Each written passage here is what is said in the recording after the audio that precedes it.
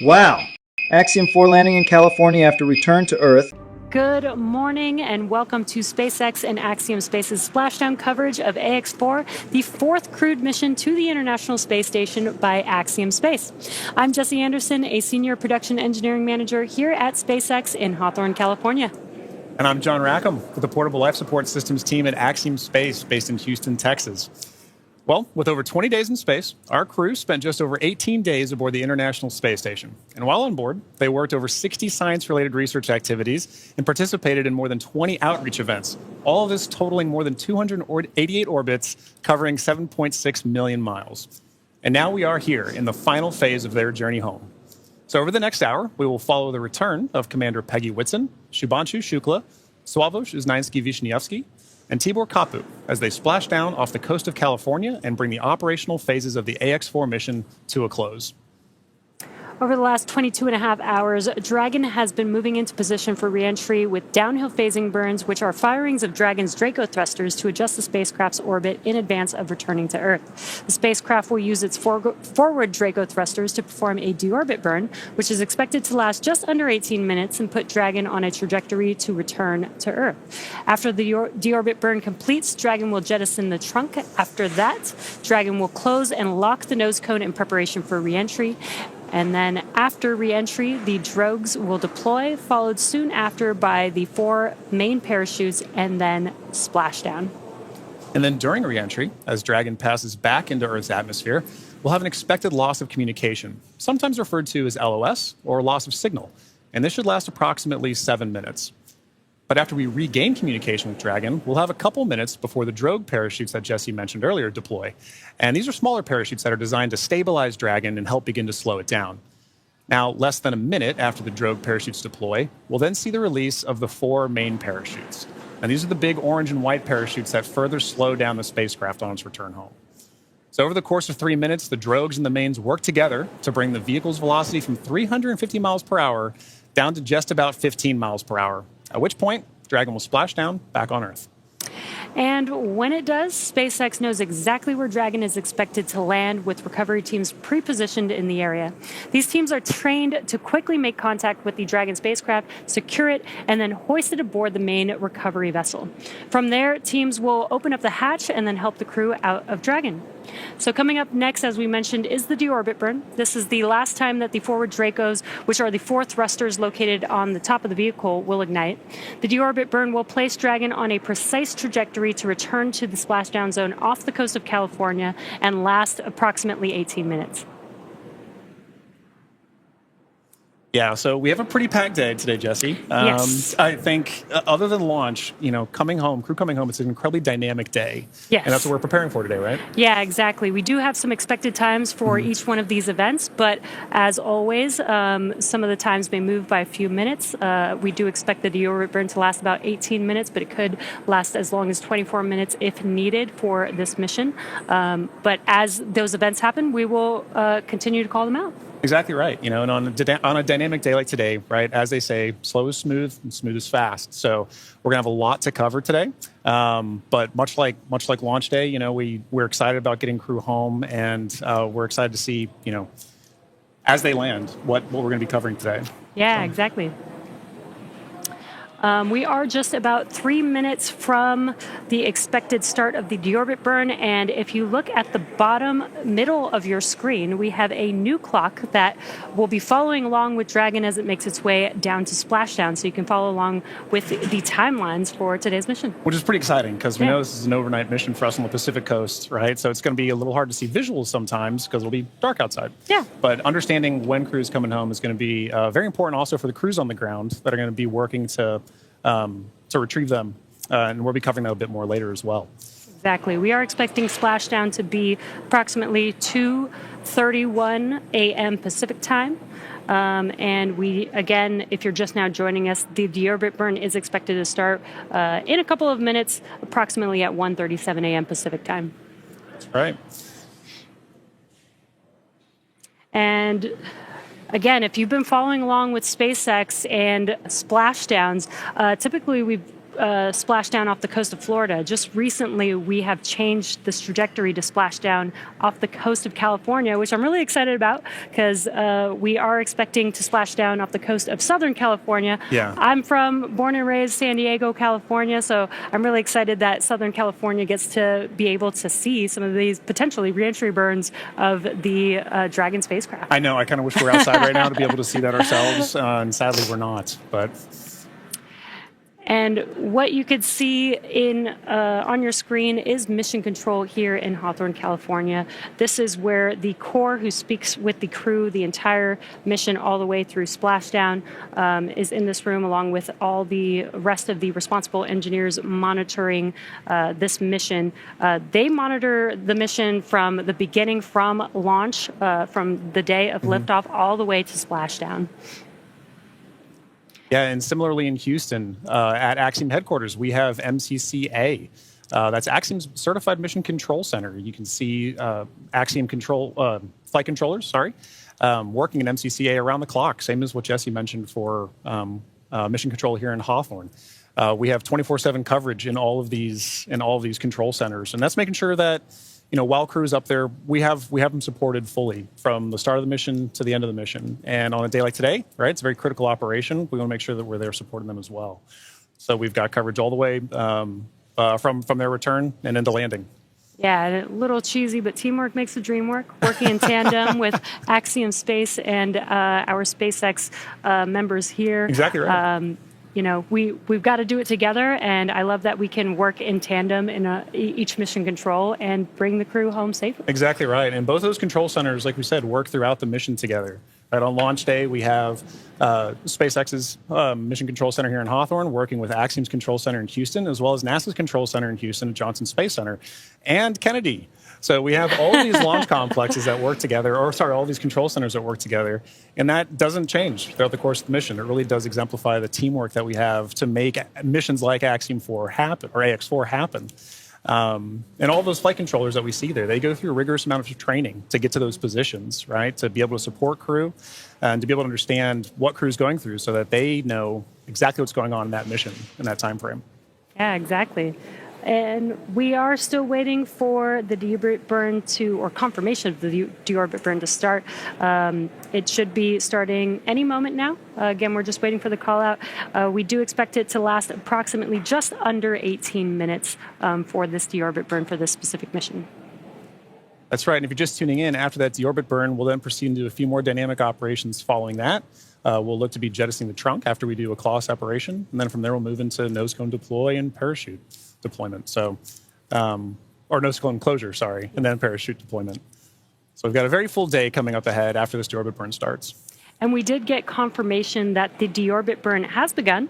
Again, it will last approximately 18 minutes, just under 18 minutes. Now, this deorbit burn is the last time those 4 forward Draco thrusters will fire. Dragon has not yet entered Earth's atmosphere. This deorbit burn is what will line the vehicle up and put it on its final trajectory to the landing site and off the coast of Florida today. Right now, our crew are using their screens to keep tabs on the burn duration, Draco thrusters firing, and trajectory details like entry angle, spacecraft perigee, and how much distance remaining until deorbit burn termination. Dragon is flying itself. It is an autonomous vehicle, so all the crew has to do is stay strapped into their seats and keep tabs on things. Enjoy the ride. That's right. Well, to talk a little bit about the AX-4 mission, what it is. The AX-4 mission has really been remarkable in a number of ways from start to finish. And each of these missions, like we talked about, demonstrate the amount of teamwork that we work on. But they're also iterations on the process of flying to and living on station. And each of these provide more opportunities to understand how we live and work together in low Earth orbit. And this crew has certainly done just that. Yeah, let's take a moment to properly meet and introduce the crew. Yeah. Our mission commander is Peggy Whitson of the United States. And we actually don't have enough time to cover her entire resume because it is incredible. But to give a few highlights, Peggy earned degrees in biology, chemistry, and biochemistry. She was the first female commander of the International Space Station. She has spent over 695 total days in space, during which she logged 60 hours across 10 spacewalks. She is a two-time commander for Axiom Space, having previously served aboard AX-2, and she was just inducted as a member of the 2025 Astronaut Hall of Fame class. And congratulations, Peggy. Pretty That's incredible. fantastic. And up next is mission pilot Shubhanshu Shukla of India, whose call sign as test pilot is Shooks. Shooks represents the Indian Space Research Organization, or ISRO. And he's also an astronaut designate of India's inaugural human spaceflight effort, Gaganyaan, an Indian-built rocket and spacecraft. He was commissioned into the Indian Air Force Fighter Wing in 2006. He then achieved the rank of Group Captain in 2024 and has over 2,000 hours of flight experience aboard aircraft, including the Sukhoi 30 MKI, MiG-29, Jaguar, Hawk, and Antonov On-32. Pretty impressive resume. And our third crew member is mission specialist Sławomir Uznański-Wiśniewski of Poland. He is representing the European Space Agency as a project astronaut coming from the reserve class of 2022, much like Marcus Wand, who served as a mission specialist on AX-3. A scientist by trade, Sławomir has earned his master's degree of science with honors from Łódź University of Technology in 2008, Master of Science from Université de Nantes, and a graduate engineering diploma from Polytech Nantes in the same year. He also spent 2 years as the engineer in charge of the world-famous Large Hadron Collider in Switzerland beginning in 2018. And rounding out this crew, mission specialist Tibor Kapu of Hungary represents the Hungarian to Orbit astronaut program, also known as HUNOR. The program aims to send Hungarian astronauts to the International Space Station for scientific research and technological development, as well as to inspire young people. He graduated from the Budapest University of Technology and Economics, earning a degree in mechanical engineering, followed by a master's degree specializing in polymer technologies. In 2023, Tibor emerged as one of 4 Hungarians selected from a pool of 247 candidates for the HUNOR astronaut program. He has invested a notable amount of time in his career focused on space radiation protection while awaiting his acceptance to HUNOR. What an incredible crew. Together, they are the crew of AX-4, Axiom Space's 4th private astronaut mission to the International Space Station. This mission represents the return of spaceflight for 3 nations, but it also highlights the growing opportunities for nations and entities around the world to conduct meaningful work in low Earth orbit.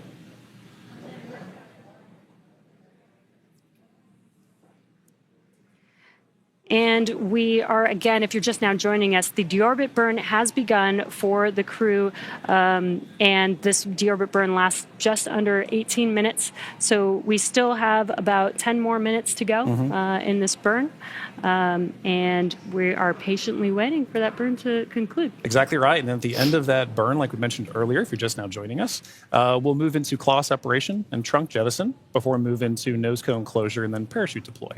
So we've got a few dynamic operations that are coming back to back, coming up here shortly. But, you know, Jesse, we were talking a little bit about that crew. I had the pleasure of meeting them a little bit before the mission, and you can really tell that this crew has taken it upon themselves to really make sure that a priority of this mission is outreach. They really want to ensure that who they are representing, the people that they're representing, are getting an opportunity to come aboard with them. And understand why they're up there, understand why they're going on missions like AX-4, why AX-4 is a mission that needs to exist to further everything. And I know that STEM outreach is something that you find pretty fascinating yourself, right? Yes, John, you already know that.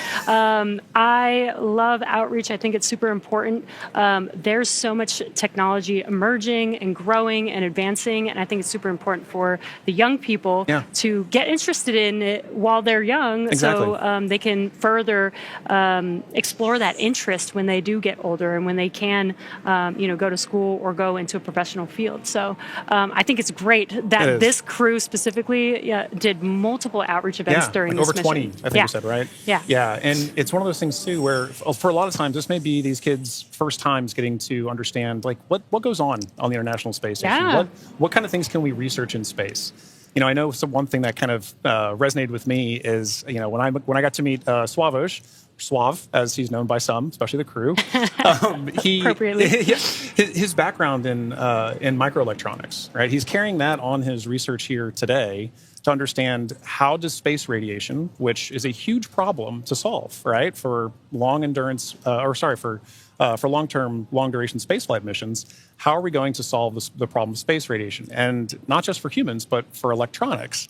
And so for this particular mission, they were, and we'll cover a little bit of this later too, but they were flying some experiments to assess, like, how can we better protect these in orbit? So I think SWAV, Tibor, their backgrounds really help kids understand how can I tie my research to the practicalities and understanding of how do we live and work in space.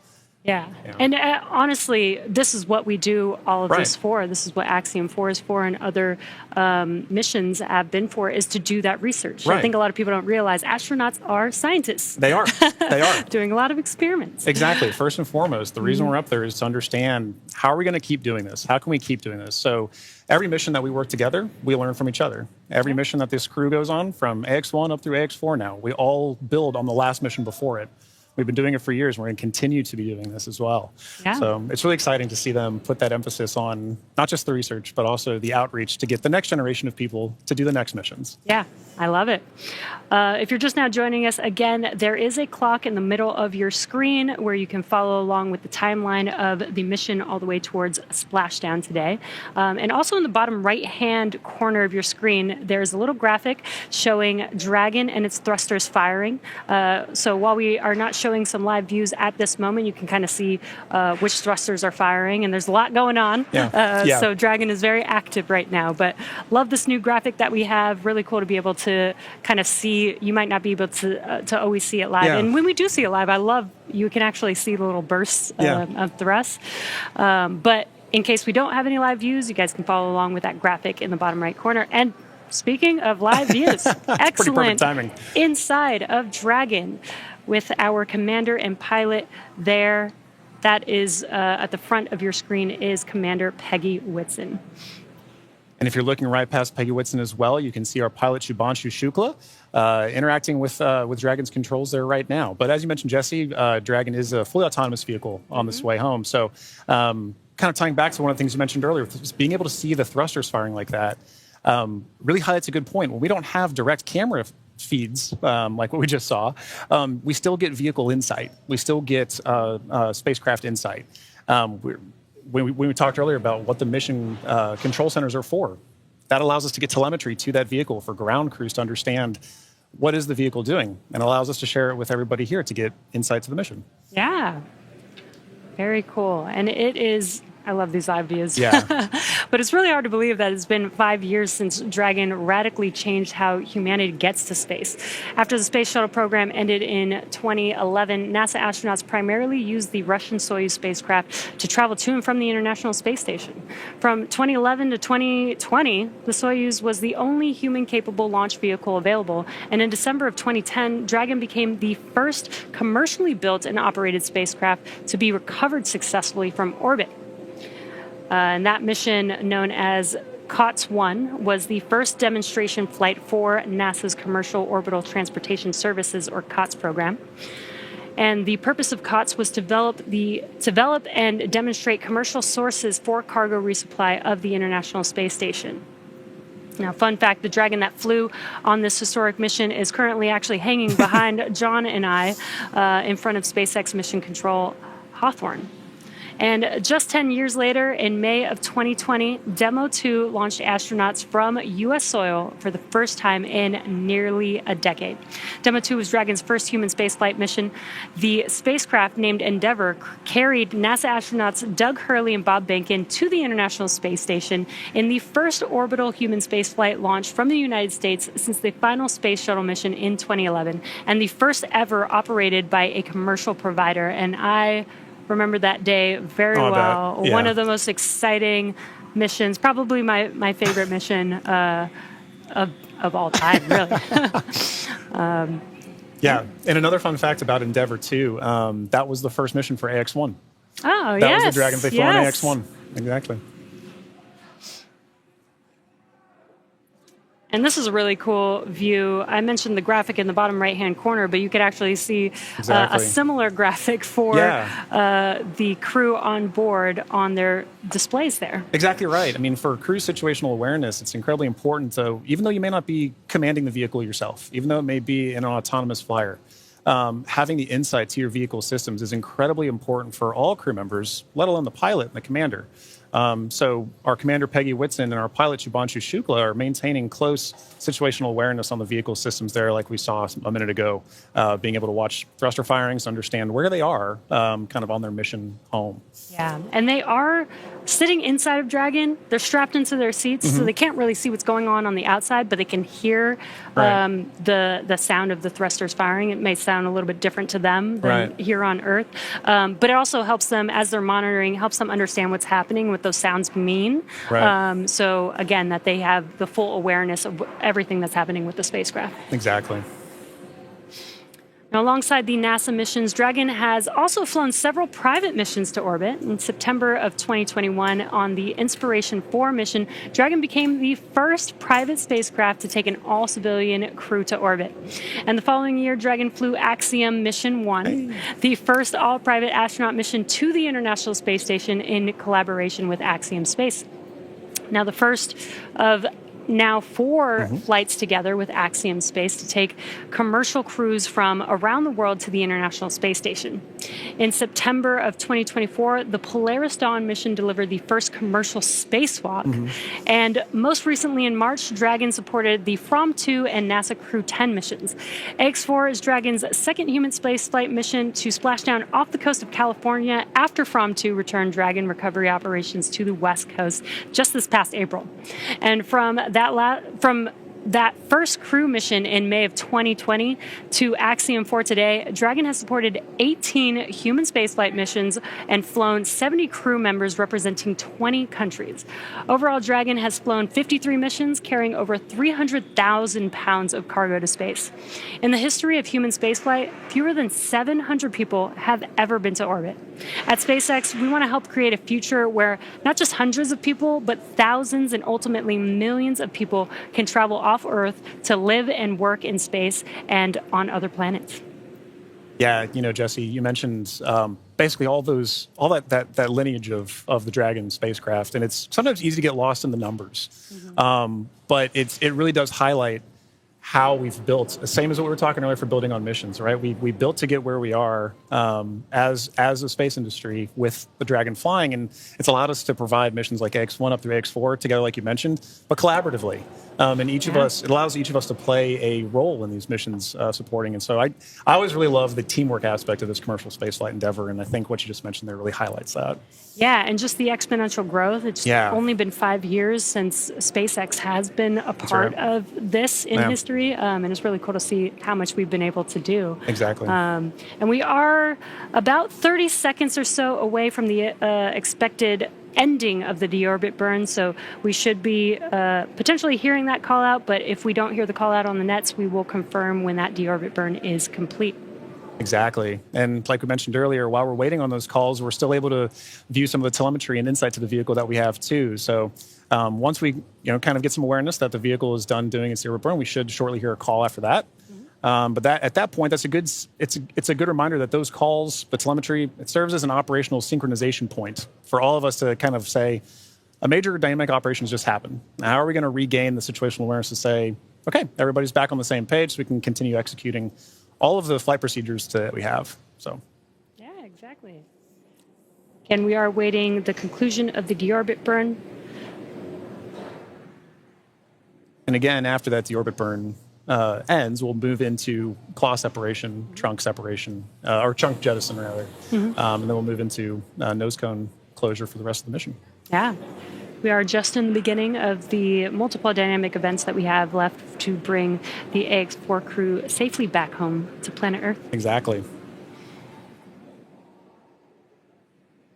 And we do have our recovery ship Shannon waiting patiently in the Pacific Ocean. We do have a targeted splashdown zone, so the crew aboard the recovery vessel is there waiting, and once they splash down into the water, we'll send a couple fast boats, and then the recovery ship vessel Shannon, will meet the crew, lift the Dragon spacecraft on board to the ship, Right. Help the crew get out of Dragon, and then they'll eventually do some medical checks, make sure that they're all good. Exactly right. Board a helicopter and take them back to land. Exactly right. I mean, like that is still a part of the very dynamic operations. And SpaceX and Axiom are both providing crew on the ground to provide in that work. So we have the retrieval of the crew and our Axiom. Dragon, SpaceX, deorbit burn complete and performance nominal. Trunk separation initiated. Awesome. Great news. We heard that call out. We heard that call out that the deorbit burn has completed, which is great news. We're moving on to the next events. So at the moment, Dragon is doing a couple of things autonomously. It's isolating the thermal control system fluid loops from the radiator. This system is what will help keep the internal temperature of Dragon temperate for our crew during reentry, as it does heat up a little bit on the outside of the vehicle. Next up, we are waiting for the claw to separate. The claw connects the trunk to the spacecraft, delivers power, telemetry, and fluids, and claw sep is the first step in trunk separation. And we did hear that call out for the initiation of claw sep. So that event is now in progress. We're waiting for the conclusion of claw separation. Nominal trunk jettison. And all of that just happened. Dragon copy. Recounted. Claw separation as well as trunk jettison. There we go. And it's a good example of the kind of things that we're listening for on this phase of the mission. Really are back to back, and they're structured in a way that are very timelined, very expected. And so while we wait for those call downs, we want to be very cognizant of, is crew checking back in with ground, is ground checking with crew. But once the vehicle hits those certain points and the commands are retrieved, sent, executed, whatever, that we're waiting for those and we're expecting those. Yeah, and then we do have nose cone closure coming up in just about 3 minutes or so is what we are expecting. And in the background, Dragon is currently inhibiting those forward bulkhead Draco thrusters that we just used to complete the deorbit burn, ensuring it's safe to latch the nose cone shut for reentry. Also, the vehicle has initiated the nitrox suit purge. This will help keep the crew cool and comfortable during reentry, and which again is coming up in a few minutes, that nose cone closure in just about a couple minutes. Now at this point, the nose cone is preparing for closure. That's right. Yeah. And now for those of you just joining us, we are, as Jess just mentioned, we are in the phase of flight where we've now gotten good confirmation that the claw has separated, that the claw has retracted, and that the trunk has been jettisoned. And we're waiting for that nose cone to close. And a minute ago, we had good visuals inside the vehicle showing our commander, Peggy Whitson, and our pilot, Shubhanshu Shukla, engaging with those controls for the vehicle to maintain insight, to understand where the vehicle is at this moment in time. And what you're seeing on your screen is a map of where Dragon is above the Earth. And again, it's making its way over, it's going to make its way over the Pacific Ocean to splash down off the coast of California. And you can actually see how close it is passing by the International Space Station there, which is pretty cool. Yeah. Again, it's amazing being able to actually maintain the kind of awareness we have on this, right? As you know, last night when we were tracking undocking, kind of understanding where Dragon is relative to station with regards to things like the keep out sphere. It can be easy on a day like Splashdown when we're not talking about from undocking from the space station, to still be able to maintain awareness of where we are relative to it. I think in our orbit is fascinating. Again, we are waiting nose cone closure. And if you've been following along SpaceX, reusability is extremely important to us. That is what nose cone closure is for. In previous Dragon designs, we used to jettison the nose cone, but being able to close the nose cone allows us to just reuse it, We actually don't necessarily need it on the re-entry, but it does protect the forward of the Dragon spacecraft during ascent, during launch, basically. That's right. Yeah, and being able to reuse that, I think, is an incredibly important aspect of what we're trying to do as we advance these missions, right? You take every mission and you learn from it, and you say, what can I do next with it? And so being able to now close your nose cone and keep the vehicle for next time is pretty important. Makes reusability and preparing for the next mission very easy. Exactly. But you're right. Now, once we're closing that nose cone, we have to make sure that there's no more Draco firings that are happening, because once those Draco firings are done, we can then safely close the nose cone and prepare it for re-entry. Again, we are waiting for nose cone closure, and it is expected to be fully closed any moment now, so we are just waiting for that confirmation.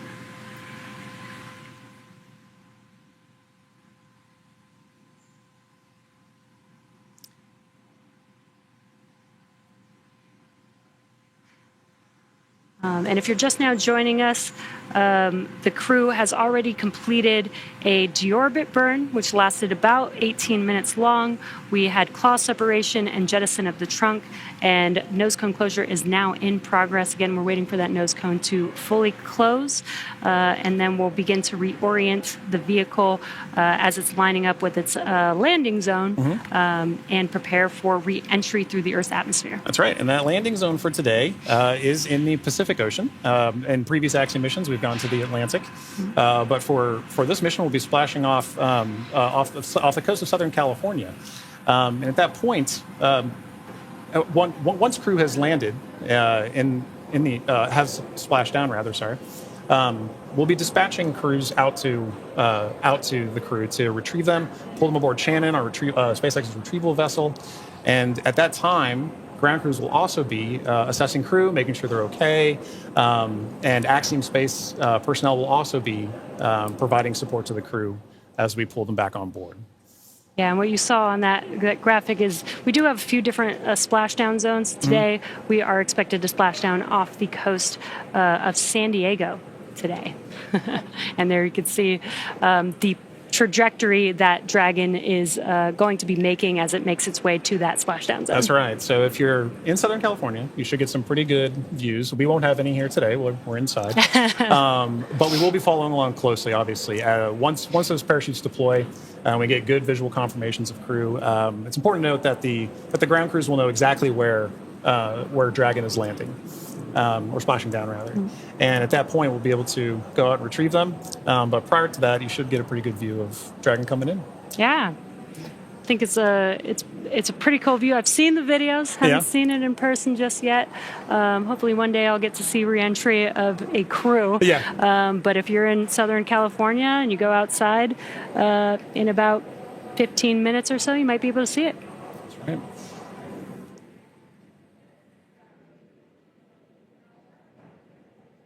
Now, we do expect that the nose cone is fully closed at this point, but just waiting for confirmation of that closure. Exactly.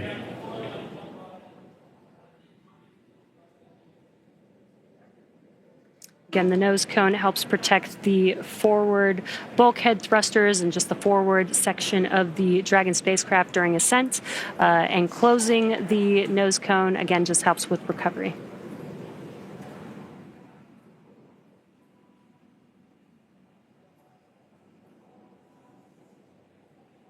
So far, we've had a pretty smooth return home. The crew undocked from the International Space Station yesterday at 4:15 a.m. Pacific time. They spent 22 and a half hours coasting, doing a few more orbits in space before they come back down to planet Earth. And we're just under 30 minutes from them splashing down. And again, we have this new clock on your screen, in the middle of your screen, where you see that countdown to splashdown, which I love, because now you can see there's about 26 minutes before we expect them to splash down in the Pacific Ocean off the coast of San Diego today. Yeah, I think having the countdown really helps bring home that they're almost here.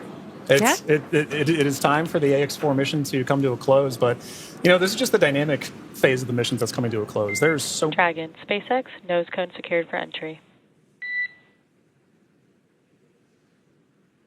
Dragon copy, nose cone secured. And great call out there. Yep. The nose cone is now fully closed, ready Excellent for reentry. confirmation. And what you're seeing on your screen is the core, the crew operations and resources engineer. That's who was talking with the AX-4 crew just now. Right. Now, once it's time for our crew to splash down back on planet Earth, they'll be heading to one of several targeted sites supported by SpaceX. Until recently, Dragon recoveries primarily occurred off the coast of Florida. This year, SpaceX moved Dragon recovery operations off the coast of California to allow Dragon to complete its deorbit before safely jettisoning the trunk over the Pacific Ocean. AX-4 will be SpaceX's second crew mission to splash down in one of the new locations. From 2 was the first in April earlier this year. The new splashdown locations are near Los Angeles, Oceanside, and San Diego. And spreading the supported sites across multiple locations helps to maximize the return opportunities for this mission and future crews, lowering the chance that we'll have to wave off due to bad weather.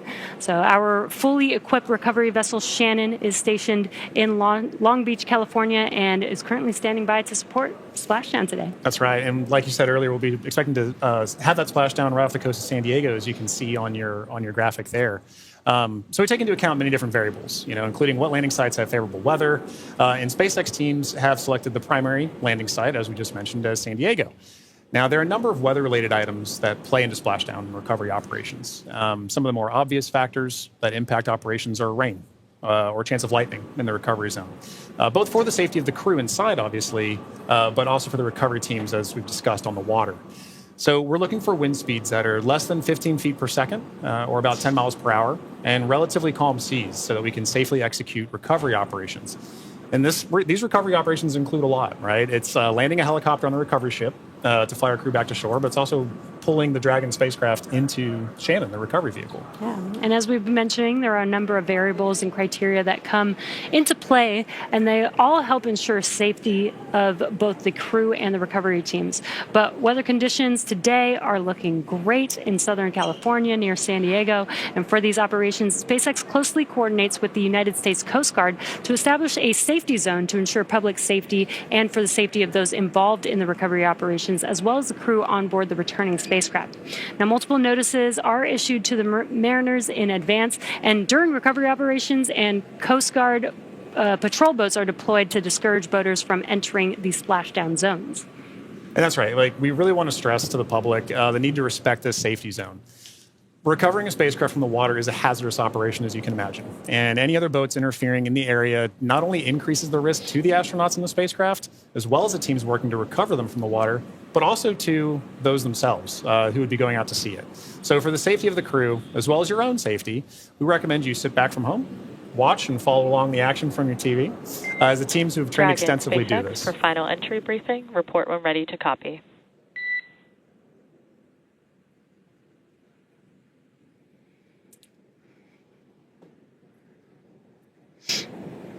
Dragon's ready to copy.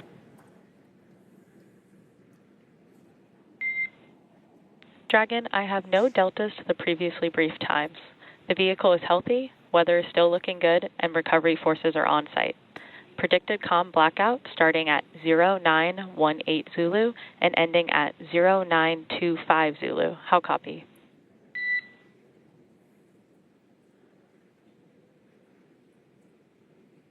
No deltas to the timeline. Everything's healthy and weather looks good. 0918 to 0925 for the COM blackout. That's a good readback, Dragon. And with that, I'll be looking for you to verify that tablets are secure, visors are down, and restraints are tightened no later than 150 kilometers. Dragon copy. Welcome.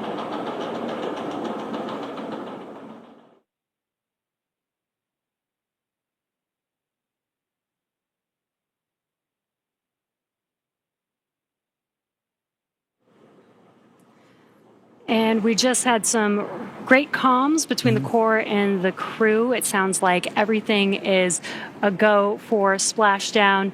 We are expecting the blackout period to begin at 2:18 a.m. Pacific time. That lasts about 6 minutes, completely expected. We will lose comms with the spacecraft as the vehicle heats up with plasma around it, but we do expect them to pass through that in about 6 minutes and regain comms after that. So really exciting, about 21 minutes away from Splashdown. And as you might imagine, astronaut training can be extensive, from training that is specific to each crew member's role to learning SpaceX protocols, space station systems, and preparing for the science and outreach activities that they'll be conducting in space.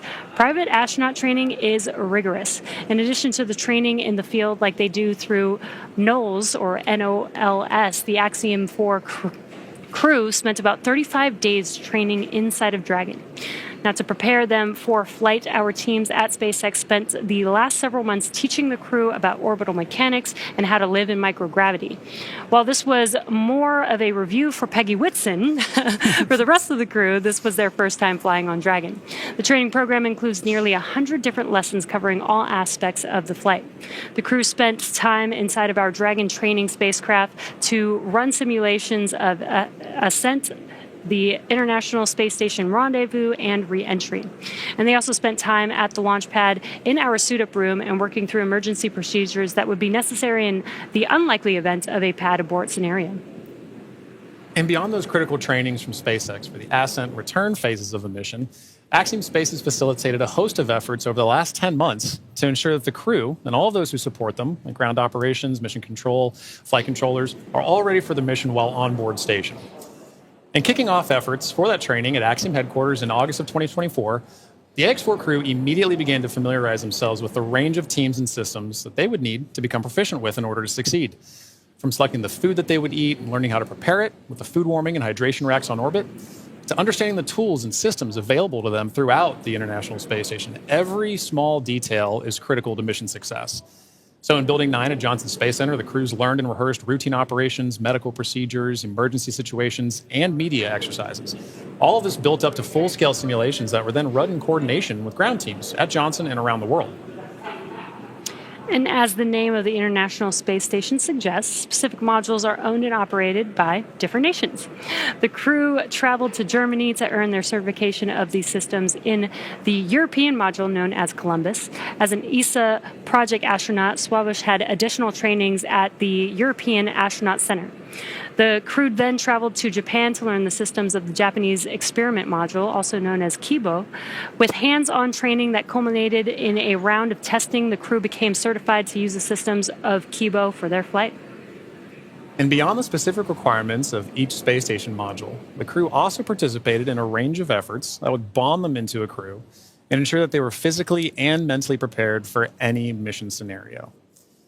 So this included a week of training with the National Outdoor Leadership School, or NOLS, where the crew faced a week of kayaking against heavy winds. It also included a day in an altitude chamber to experience how their body reacts to different oxygen levels, and even included an underwater helicopter escape training simulation. And SpaceX Dragon crew has tablets secured, restraints tightened, and visors down. SpaceX copies. Crew are configured for entry. 5 minutes until predicted comm blackout. We'll see you on the other side at 0925 Zulu. Copy 09250 on the other side of the blackout.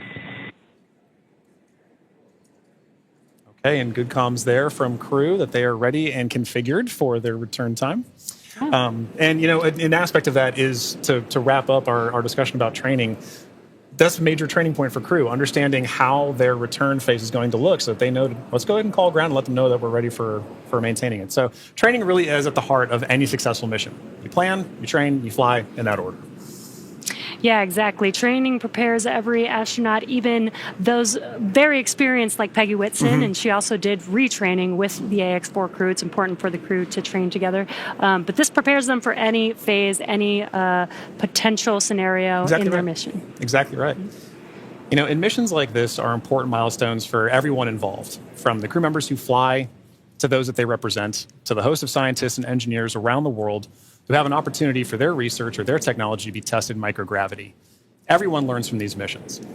And for Axiom Space, this is at the heart of why we do these missions. We're building opportunities for others to advance what is possible and expand what is known. And we want to enable every human everywhere to take part in this. Now, after a beautiful launch on June 25th, the AX4 crew docked with the International Space Station a little over a day later, opening the hatch and greeting the Expedition 73 crew on June 26th. The crew shared some good words in a welcoming ceremony and an astronaut pinning that we don't have there, but did happen, before quickly getting to work on their extensive itinerary. Each crew member brought with them a host of research, technology demonstrations, and outreach objectives, ranging from human physiology to space radiation impact studies, and even some gardening while they were up there. So this crew maintained a very full timeline, but they prepared for this, part of their training. Each crew member wanted to ensure that every minute of this mission was utilized and that all of their objectives were hit. So Peggy, Shooks, Suave, and Tibor were ready to work with their time on board. Over the course of 18 days on board the station, they accomplished over 60 research activities, as well as more than 20 outreach events. But as their time on station came to a close, the AX-4 crew participated in a brief farewell ceremony where they said their goodbyes to the Expedition 73 crew. And now for more details on the incredible work performed by this crew on orbit, check out axiomspace.com to see more. Yeah, I love that this crew did so much outreach. 20 events in 18 days is pretty remarkable. Yeah, it's so pretty very impressive. impressed. Plus the 60 experiments on top of that. So I mean, and as we discussed earlier, it was a huge priority for them to be able to conduct those outreach events for the people of their countries who may not have had a chance to talk to an astronaut to understand why are we going to space. Now they have a better understanding of that, and like you mentioned earlier, it's get them started young. Let them understand the passion of it. I know that my nieces, my nephew, right, they're excited about space. Yeah. They want to be involved in space too. So I can only imagine getting a call from Tibor, getting a call from Suave, and understanding what are we doing up there. Oh, that would be so awesome. Yeah.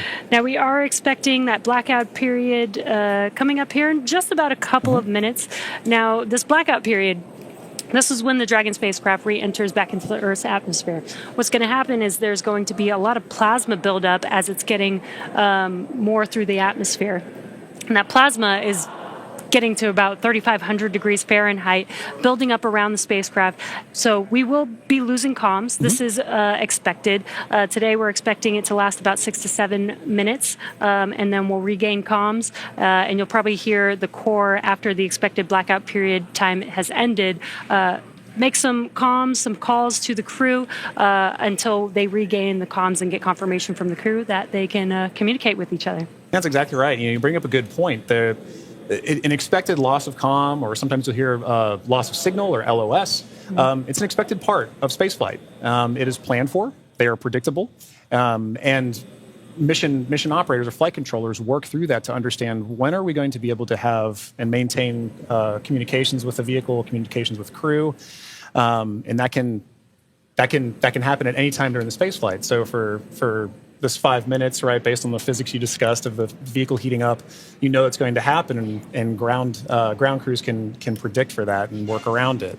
But it's a good reminder that we're waiting for those verbal cues, not just visual cues that we'll get. We've been able to see some visual cues today of crew in their suits, but also be looking for visual cues later, right? Good parachute deploy. We're also listening though for good verbal cues. So we heard a minute ago, Commander Peggy Whitson was calling down saying that crew is in a good configuration for us to go into this period of no comms. Yeah, and we do expect that blackout period has probably begun at this point. That's and right. Speaking of visual cues, I've had the opportunity to talk to some of the astronauts that have flown on our Dragon spacecraft, and they've said it's kind of one of the most spectacular sights they've seen. Really? With different, they said it looks like sparks outside of the window, but with multiple different colors, multiple different looks of what that plasma heating up around the vehicle looks like. So they should be experiencing that right now. The AX-4 crew still inside of the Dragon spacecraft. Again, this blackout period will last approximately 6 to 7 minutes. And again, we won't hear any comms throughout this period until the expected blackout time is complete, and then we'll start hearing comms from the core calling out to the crew. That's right. As we begin the second half of entry, Dragon is now beginning to flush nitrox into the cabin and continuing to top off the AX-4 crew's suits with cool air. Again, this is what will allow the cabin temperature to remain comfortable while, as I mentioned, the external temperatures reach 3,500 degrees Fahrenheit. The heat shield is pointing forward, leading the spacecraft to the landing site. Dragon's primary heat shield is comprised of PICA 3.0, which stands for Phenolic Impregnated Carbon Ablator. First generation PICA was first developed by NASA for studying and sampling comets within our solar system. SpaceX then partnered with NASA to develop Pika-X, which was the second-generation product used on all Dragon 1 commercial resupply missions that successfully resupplied the space station on 20 missions. Pika 3.0 was developed specifically for use on Dragon as we prepared to begin flying Crew with enhanced structural and thermal properties that optimized the heat shield and drove down cost and mass.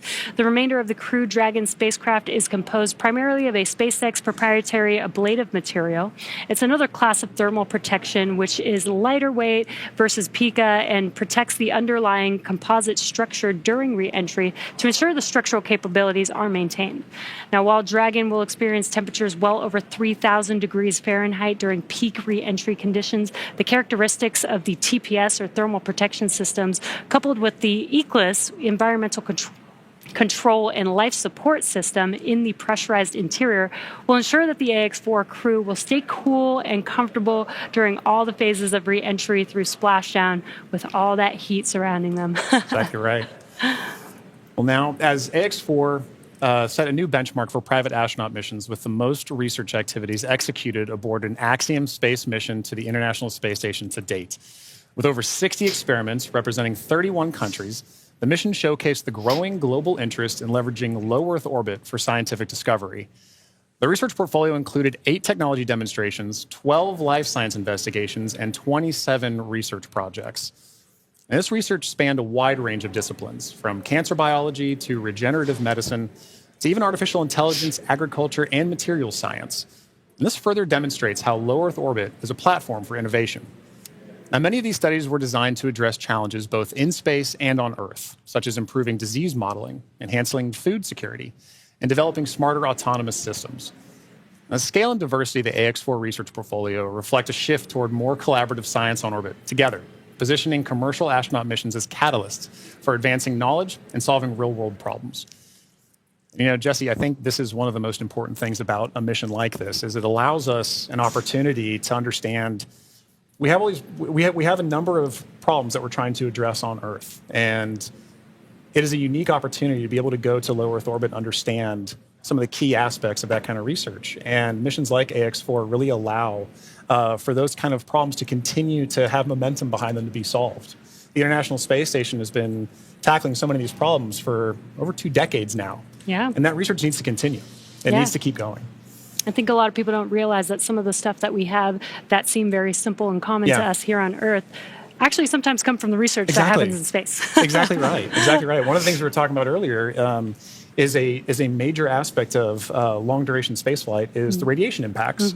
And I know for me personally, I thought one of the really interesting research topics or research experiments that was being conducted on orbit for AX-4 was looking at what are the different materials and properties that we can use to protect against space radiation. So during the mission, we had a great call between Peggy Suave and Dr. Lucy Lowe with Axiom Space to discuss exactly what it is that we're trying to protect for and understand why space radiation is so difficult to wrap. So, you know, missions like AX-4, they're all important. And we are now seeing great confirmations of the Dragon spacecraft making its return back to Earth right now. And while we are in a blackout period, this is an excellent view, seeing Dragon from the ground as it's re-entering back into Earth's atmosphere.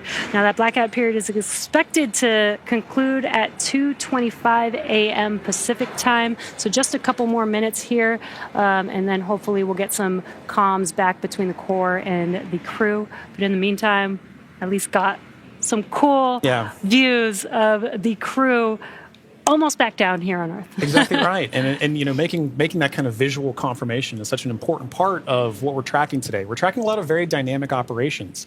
And so being able to see what we see on the screen there is incredibly important for mission controllers. Dragon, SpaceX, comm check.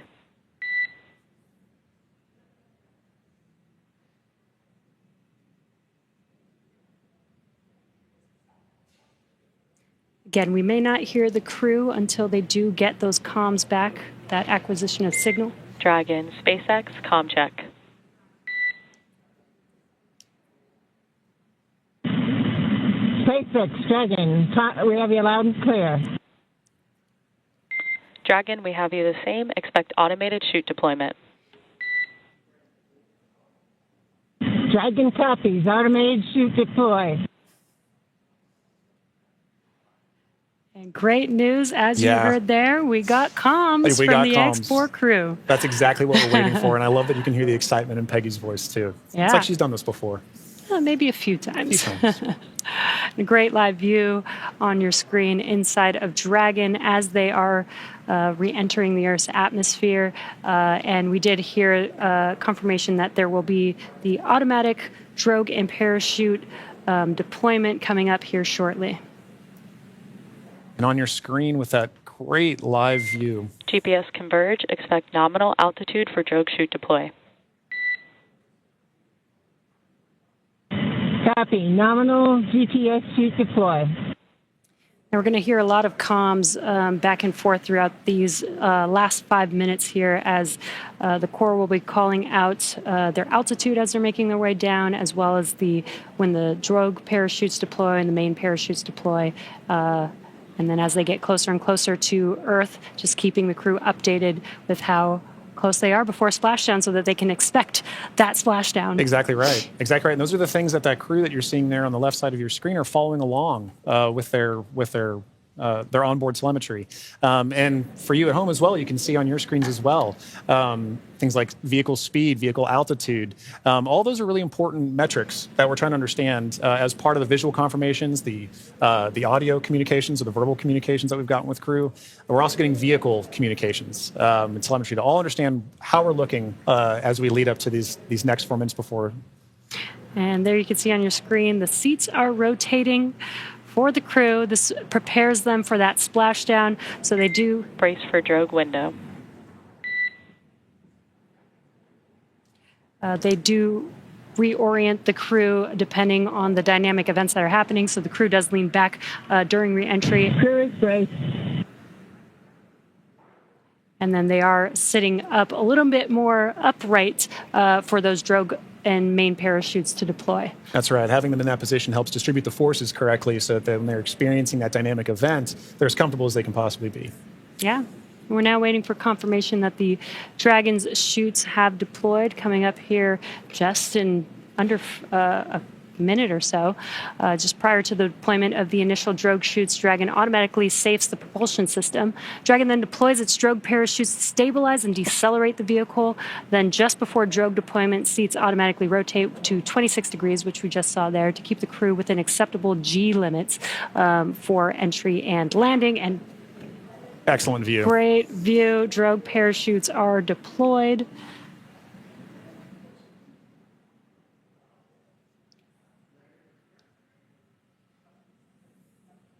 View looking forward. Drogue descent rate nominal. Descent rate nominal. Copy. Again, we're going to hear a lot of comms throughout this next 3 minutes here. This is looking forward on the Dragon spacecraft up at the chutes. Those drogue parachutes are fully deployed now, so we do expect those main parachutes to deploy here shortly.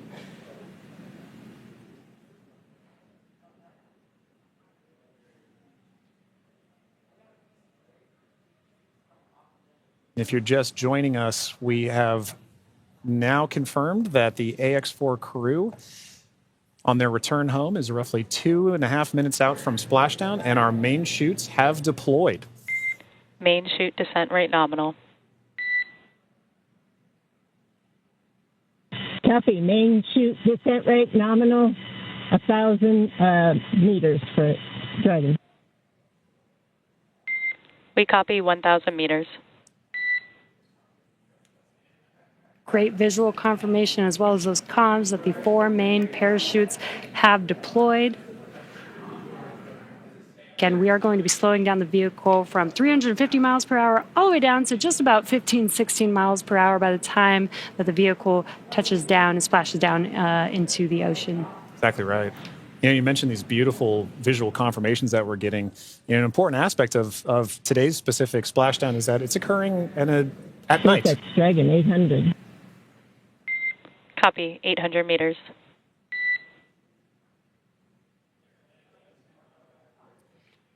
Commander Peggy Whitson confirming the spacecraft's altitude as it's making its descent into the Pacific Ocean just off the coast of San Diego in Southern California. Yes, love that it's coming off the coast of my hometown. 600 meters. 600 meters. And at 600 meters, we're just under a minute before that expected splashdown. The landing in water is a lot simpler and more reliable. Provides a little bit of margin against unlikely parachute issues. We did have to learn how to make Dragon waterproof as we are splashing down into the ocean. But SpaceX copies 400 meters. Reminder to brace for splashdown.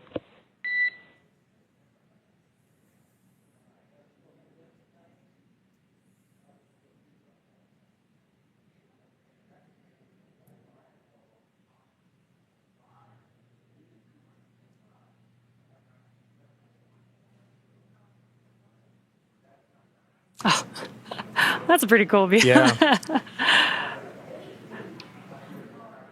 right. Maintaining the vehicle's signature through things like cloud layer and any kind of atmospheric disturbance allows us to maintain visual contact with the vehicle as it's making its final descent towards water landing.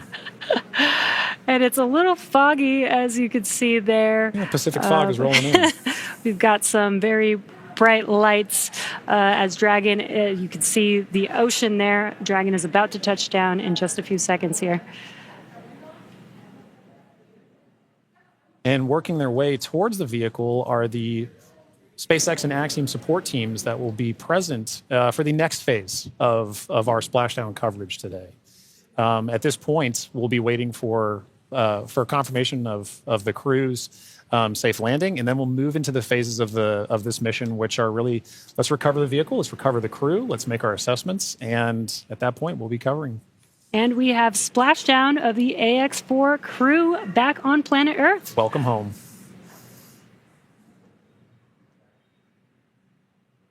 SpaceX Dragon splashdown. We are in Stable 1. SpaceX copies splashdown and Stable 1. On behalf of SpaceX, welcome home.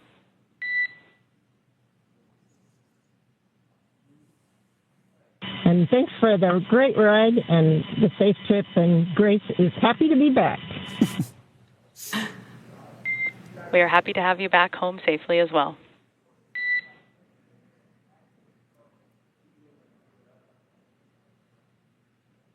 Some words between the Corps and our commander, Peggy Whitson, as the AX-4 crew has made it back home, splashed down at Dragon. SpaceX, for your awareness, SISTI system verifications are in progress. I will report back when recovery personnel are en route. Dragon.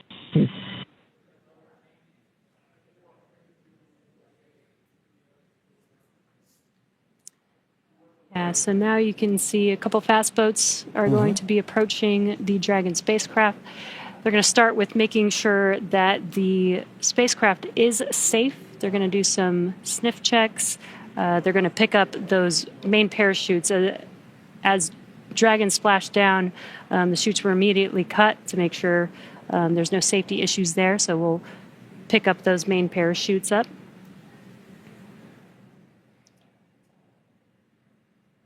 And once the crew deems that the spacecraft is safe, then our recovery vessel Shannon can begin to approach and begin the recovery process. So we are now eagerly waiting on recovery of our Dragon spacecraft with the AX-4 crew. Dragon has already autonomously completed several steps to save itself following splashdown. So for those of you just joining us, the return of AX-4 has gone smoothly so far, and we just got great confirmation that crew has splashed down. So Dragon successfully re-entered the Earth's atmosphere, followed by deployment of its parachutes to slow the spacecraft down to a gentle 15 miles per hour. And at that point, they successfully splashed down in the Pacific Ocean at 2:31 a.m. Pacific time, off the coast of Southern California. So at this point, like you mentioned, Jesse, we are just waiting for Dragon's recovery of that from Shannon. Yeah, upon detection of landing, Dragon automatically releases the main parachutes to prevent wind from pulling the spacecraft. Dragon then automatically saves any pyrotechnics still present on the vehicle and may automatically perform additional minor system reconfigurations. The astronauts remain seated and in their suits at this point, but the onboard air conditioning keeps temperatures in check inside the spacecraft, and the communication systems on board remain powered so the crew can continue to communicate. And as we're watching, SpaceX has 2 fast boats in their recovery fleet, which move very quickly to get to the splashdown point. And those are being followed by Shannon, the main recovery vessel, which will move into position upwind of the spacecraft. The 2 fast boats have very specific roles here in these operations. The first fast boat makes initial contact and is focused on immediate safety inspection of the vehicle, checking for vehicle integrity and any presence of hypergolic propellant vapors. This ensures that it's safe for Shannon to approach the Dragon spacecraft.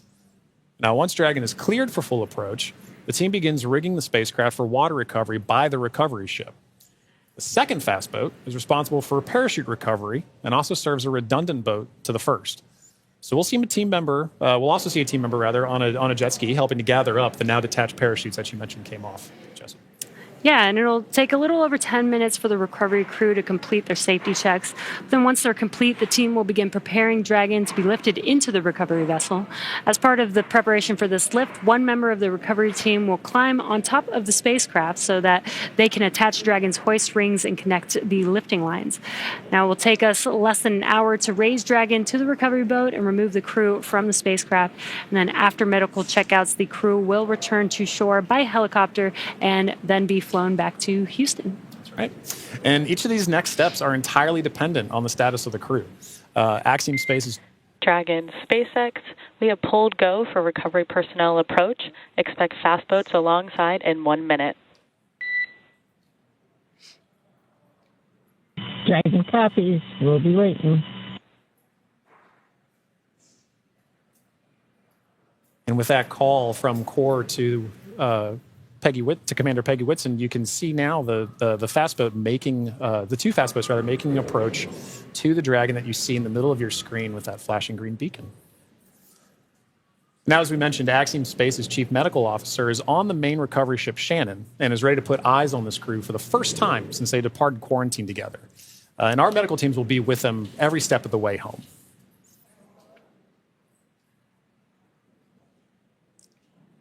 It is nighttime, so we do have this infrared camera to help us see a little bit more clearly. That's the Dragon spacecraft in the middle of your screen there.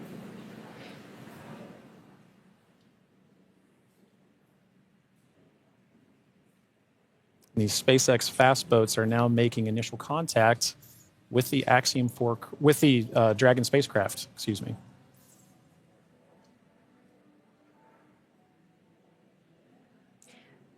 You can also see the red and green lights on Dragon, just similar to starboard and port on a ship. We have that for nights like this where it's a little bit harder to see the orientation of the vehicle, so those red and green lights help us understand which side of the vehicle and orientation that we are approaching.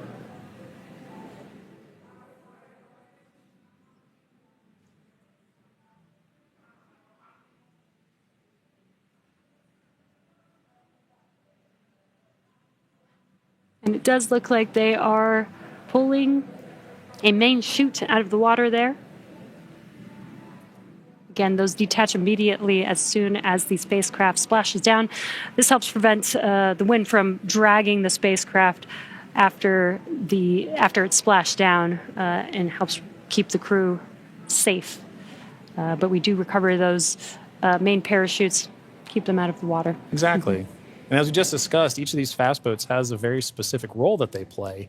That is all part of, again, the ground operations that support the retrieval and recovery of the spacecraft, as well as the X4 crew. So all of these are part of the ground training that's required in order to pull off those operations safely and successfully. So even though we're having, splashdown at night, right, we're able to ensure that we're executing smoothly, but executing successfully.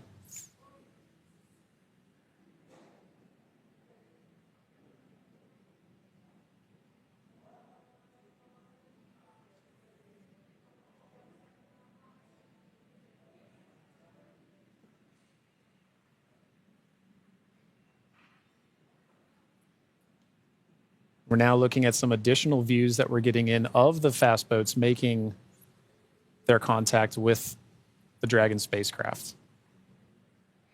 And we should be seeing a crew member actually climb on board the spacecraft, Yep.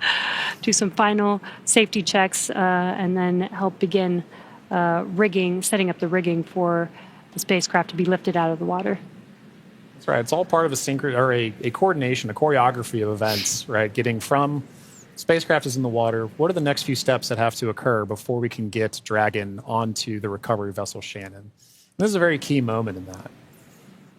Yeah, and right now you can see them doing the sniffs, making sure that there's no hazardous gas or chemicals around the vehicle and that it's safe for the team to actually approach and climb onto the spacecraft.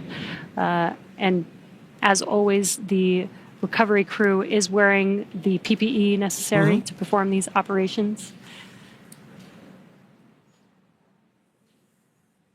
PPE is personal protective equipment. And it's a good reminder that even in this phase of the mission, we're excited crew is home, but the job's not done yet. We're taking this time to make sure that we're operating smoothly, that we're operating safely, so that we ensure a safe return for the crew on board the vessel and back home to their families and teams. Yeah, we call conclusion of the mission when the crew egresses the spacecraft, and egress means to exit the spacecraft.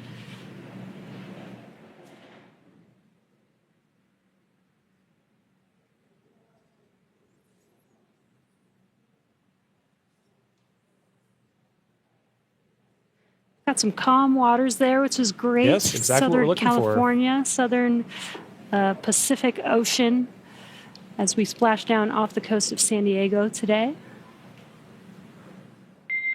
Dragon, SpaceX, hypergol sweeps, and unfired ordnance checks are nominal. Rigging is in progress.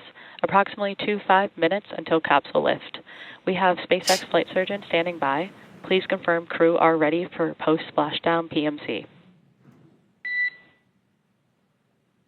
Dragon copy go, and we are ready for post-PMC. Copy that, Dragon. The next call you hear will be from flight surgeon on Dragon to ground privatized.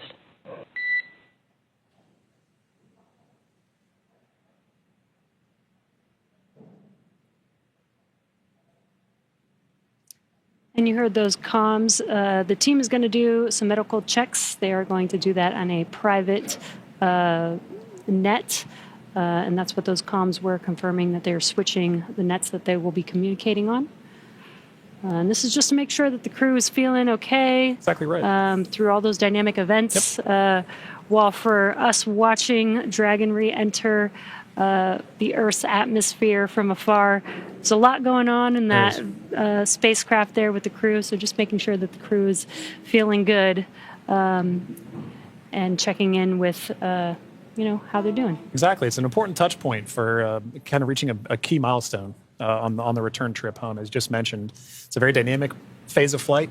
And those private medical conferences, or PMCs, with a SpaceX flight surgeon really allow ground teams to be able to make an initial assessment of crew while the team is also the ground teams outside are continuing to work that rigging. They mentioned it would take about 25 minutes for crew to rig and then hoist the Dragon spacecraft into the recovery vessel. So while those operations are happening, crew will also be talking with ground medical personnel just to get an understanding of, hey, how's everybody doing? How are you looking forward to it? Yeah.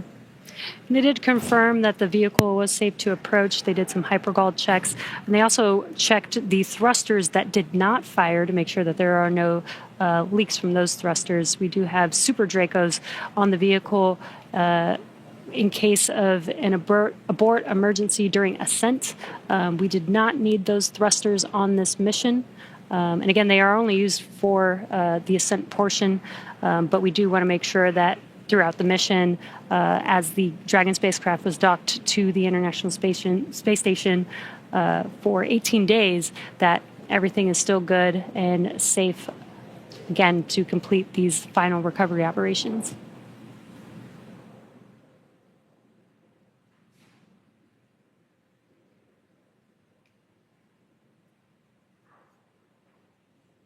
And again, it's a little dark because it's very early morning, but you can see the little window on Dragon and the Little light light. through it. Yeah, the Yep. little light inside there as the crew is patiently waiting recovery operations. It's a very different view that they're having outside that window than they had for their flight up and their flight home. Yes. But all the same, I'm sure that they're also glad to say, hey, we're home. If you're just joining us from home, you are seeing live views of the Dragon spacecraft that has returned home from the Axiom-4 mission. After launching on June 25th, the Axiom-4 mission... Dragon SpaceX, Dragon to ground is now unprivatized. Com check. We have you loud and clear on Dragon ground. Copy, Dragon. We have you the same.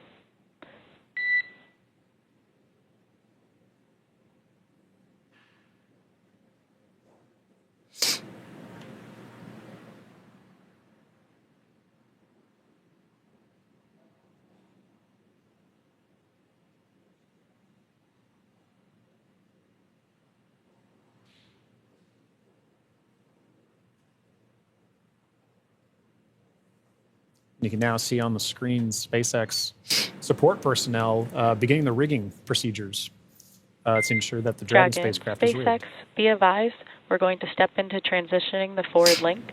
COM will be unavailable for approximately 5 minutes. Rigging continues nominally. Dragon copies, 5 minutes. LOS.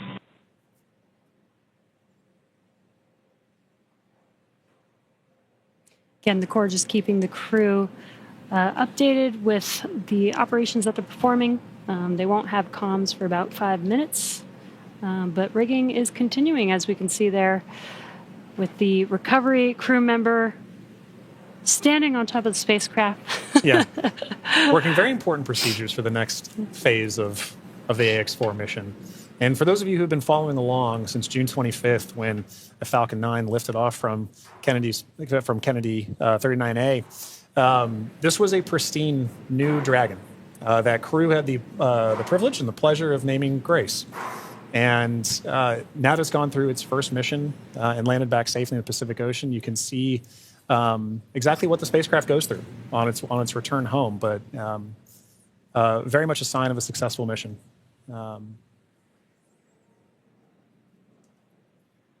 Yeah, I love the tradition that the first crew that flies in the spacecraft get to name the spacecraft. And Peggy Whitson had some great words on why they named the spacecraft Grace, Yeah. which I think is amazing. And we've got a great fleet of Dragon spacecraft. And speaking of Commander Peggy Whitson, she's actually our third frequent flyer. Yeah. Our first frequent flyer was Michael Lopez Alegria from Axiom Space. Yeah. Second being Jared Isaacman when he flew on the Polaris Dawn mission. And now Peggy Whitson flying for a second time on a Dragon spacecraft.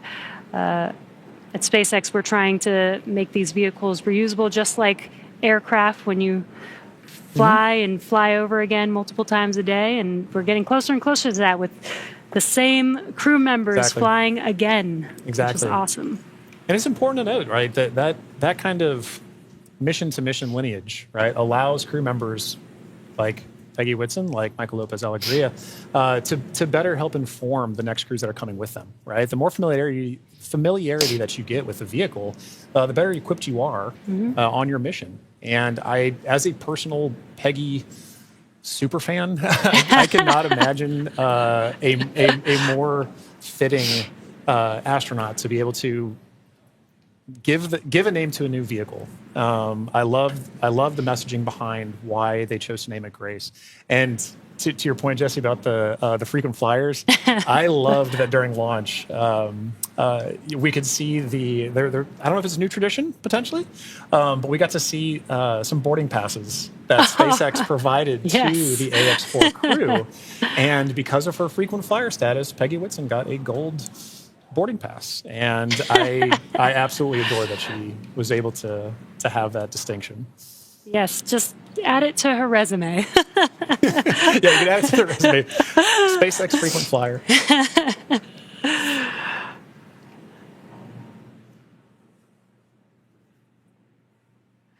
Yeah, I love the boarding passes. Again, always trying to make it as common as aircraft, planes that we fly on every single day. Exactly. And we're still just in the beginning, but I feel like we've made a lot of progress in the last 5 years, and we still have a lot of new things, new missions, and improvements that we want to make to, future spacecraft and launch vehicles. So I'm excited for the future. I really Exactly do right. believe that we could get to aircraft, plane, regular flight, Yeah. multiple flights a day Yeah. within our future. I think we can. And human spaceflight it's a team sport, and it is something that you are always learning from. No matter how commonplace any of these missions get, right? There is always the amount of training that you put into it to execute that plan, train, fly mentality, and being able to perform these missions, being able to say that Peggy has flown on multiple Dragon spacecraft at this point, kind of highlight that every time she's going to still go through the same training that she did for the last mission, that all these crew members, that all of the ground support personnel are going to be ready to support missions like these from even well before crew is on the launch pad, all the way through splashdown, pulling them onto the recovery vessel here for the Dragon spacecraft. And you can see on your screen both the fast boat and the recovery vessel Shannon making approach to Grace, our Dragon spacecraft.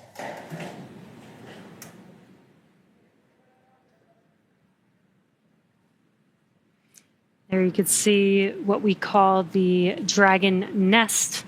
When the spacecraft is lifted up out of the water, it's going to seat into that ring that you see there at the end of the recovery vessel there. And once the spacecraft is nestled into the nest, it'll translate to a deck that meets the height of where the hatch on the Dragon spacecraft is. That'll enable the crew to egress or exit the spacecraft easily onto a platform in the recovery vessel. And talking about the crew, Jesse, we've mentioned this idea of this kind of understanding the aspects of spaceflight, as mentioned earlier, being able to do STEM engagement on the mission, but also being able to spend time and honestly, your crew commander being somebody like Peggy Whitson, for Shooks and Suave and Tibor to be able to take that knowledge back to their respective space agencies and to their countries is a huge step forward for what you just mentioned earlier about making sure that that human spaceflight as a team sport continues for everybody to understand what's going on, because now Shooks and Suave and Tibor have a very important distinction, and they now have a very unique perspective on what it takes for a human spaceflight mission to occur. as first time astronauts, they're going to take back all that knowledge from their time on the International Space Station and be able to make huge impacts with their space agencies and their countries. Yeah, I'm sure they learned a lot from Peggy Whitson, but also the other crew members that Exactly. are currently on board the International Space Station. They got to interact with so many different people with diverse skills. Exactly. And 18 days Yeah. is quite a long time It in is. space. It is. So it's a good amount of time. I believe this is the longest duration for an Axiom space mission so far. That's right. We heard a lot of those kind of sentiments shared between the AX-4 crew and the Expedition 73 crew currently on the International Space Station during their farewell ceremony, during their undocking last night. It really kind of underscored the aspect of once you're up there, once that hatch is open, it's all one team. Mm-hmm. It is. Like we keep saying, it's a team sport, but once they were in there integrating with the Expedition 73 crew, that AX-4 crew was learning so much more. And it was highlighted in everything that they were able to execute, right? We mentioned earlier over 60 research projects, over 20 STEM engagements, outreach events. Over 18 days, that's an incredible amount of time packed into their timeline, just coupled with sleeping, sleeping and being there, and also, but also like the aspects that they're not timeline, but engaging with the crew, sharing cultural touch points, understanding each other, getting to learn each other. And they did have the benefit of getting to meet this Expedition 73 crew before their flight. So by the time they were opening that hatch, they kind of knew each other. And I think it's an incredible aspect of this mission for sure. That's so awesome. Yeah. I wonder what their comms were. I'll meet you in space. Exactly right. I wish I had the ability to say that. That'd be so cool. One day when we're all able to fly in space. All right, sounds good. I'll see you in space then. See you in space, John.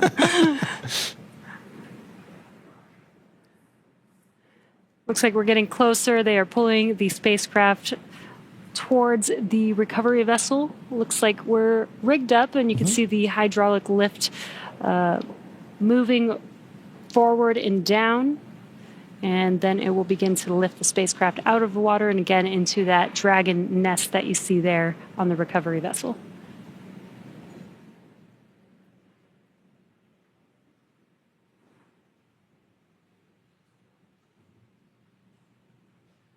I think one of my favorite parts is the recovery crew that's on the spacecraft gets to jump into the ocean That's right. when That's they're right. done. Yeah. And it's nighttime in the Pacific, so it might be a little cold, We'll be a little chilly. but definitely a unique part of the job. Exactly right. And you can see all the support crew. There was just a fast boat on the screen that made its way off screen there, but you can see the number of support crew that's kind of going into supporting an operation like this. It may look like it's not happening very fast, but there are a lot of steps that each of these crew members are responsible for ensuring that the Dragon spacecraft is pulled into that nest safely but smoothly, and they're working towards that now. There he goes. Love that.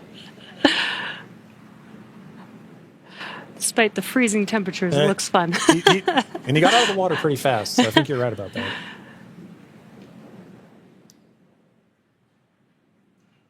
All right. Looks like lift is about to begin.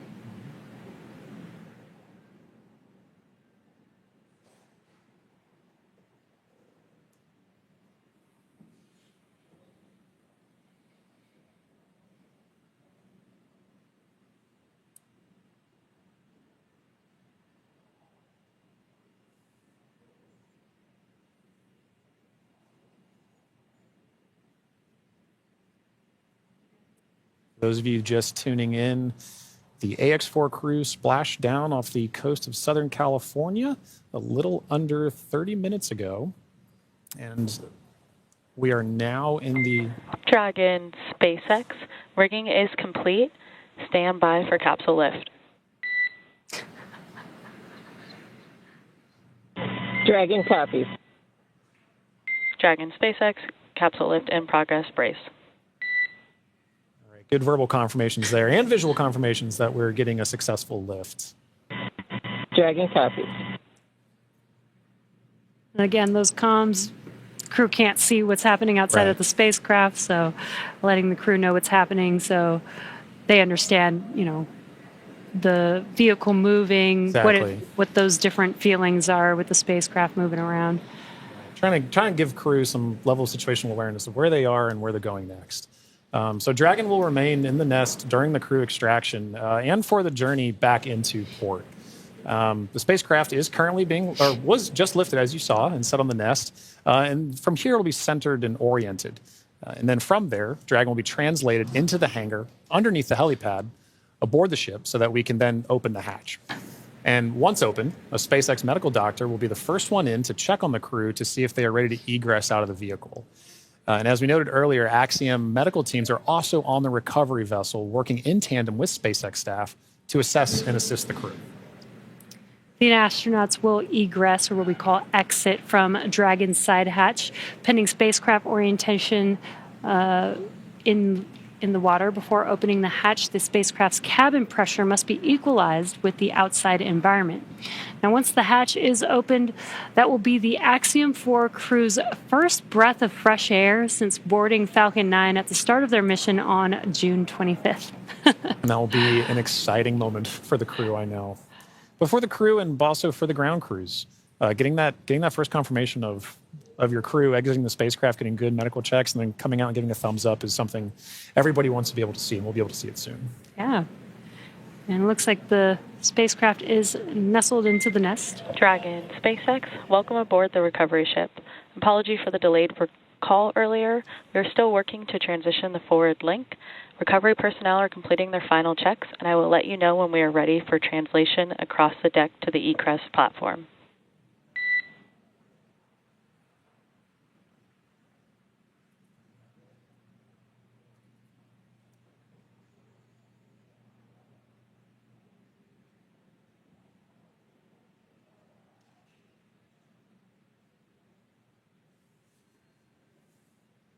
Now, they are de-rigging the spacecraft, but they're also doing some final sniff or leak checks and then covering the thruster locations prior to opening that hatch. Let's just make sure that the vehicle is more than safe for the crew members to exit the vehicle.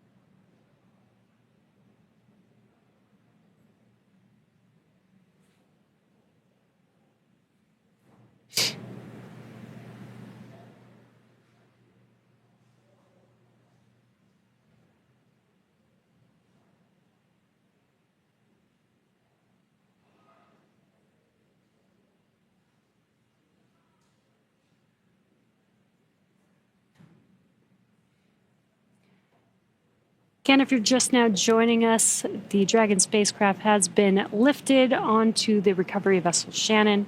Now the recovery crew is safing the vehicle. They're putting some covers on the thrusters of the vehicle just to ensure, now that the spacecraft is no longer in operation, we don't need those thrusters. They did some sniff checks before they put some covers on it. SpaceX, comm check.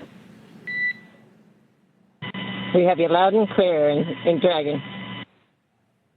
Copy that, Dragon. We have you the same. Welcome aboard the recovery ship.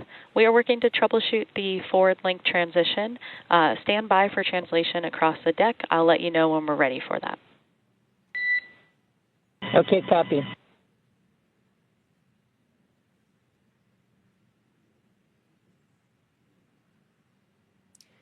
The crew is preparing for translation. This is where that Dragon nest is going to move the spacecraft towards the deck, and that deck is going to meet the bottom of the Dragon hatch, and that'll enable the crew to egress or exit the Dragon spacecraft onto a platform on the recovery vessel. And again, the recovery crew looks like they may have finished safing the vehicle in preparation for that translation. As you mentioned, Jesse, that hatch that you see right in the center of the spacecraft, when we see crew egress from that, SpaceX medical personnel will be there to assess crew and assist them along with other ground support crew out of the spacecraft. And at that point, that'll be our first time being able to see the AX-4 crew since their liftoff to the International Space Station on June 25th.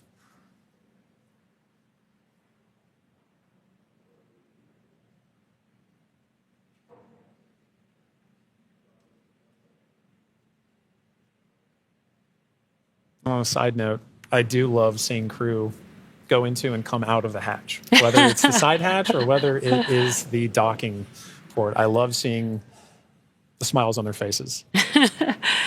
Yeah, it's going to be exciting for them once we open this Dragon side hatch. Again, it'll be the first breath of fresh air in about 20 days for them since they boarded the Falcon 9 on launch day. And this is an interesting distinction. You launch on the Atlantic and you splash down the Pacific. It's very different breaths of air that you're getting. And you traveled all over space for thousands of miles. 288 orbits, something like 7.6 million miles. All just to come down across the country. Millions of miles, I should say.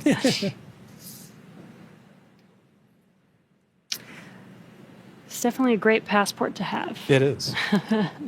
Maybe that could be the next memento that we can provide crew before they lift off as a passport that they can see. I think the locations would be orbits. That'd be really cool. Outside of Earth. Yeah. Earth orbits, low Earth orbit.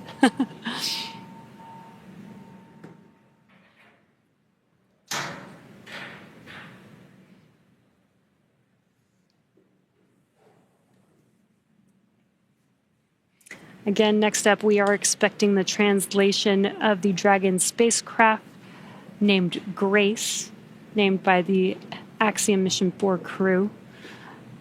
Again, the spacecraft will translate in preparation for hatch opening and exiting of the vehicle. A few moments ago, Core spoke with the AX-4 crew to let them know that the translation will be happening soon. Dragon SpaceX, final checks are complete. Translation across the deck to the egress platform will begin shortly. There is a chance that we get a lot of alarms. No concern. Dragon copies.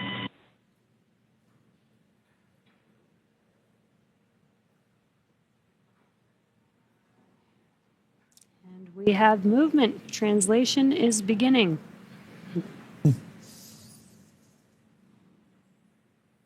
Some residual ocean water splashing down. And then we are washing down the hatch area. Again, just preparing for the vehicle's side hatch to be opened. Getting some of that salt water off, maybe some of that plasma from reentry off. Right, all nominal processes to ensure that that crew can safely egress the vehicle, but also that ground personnel are safely protected while handling the spacecraft and crew as well.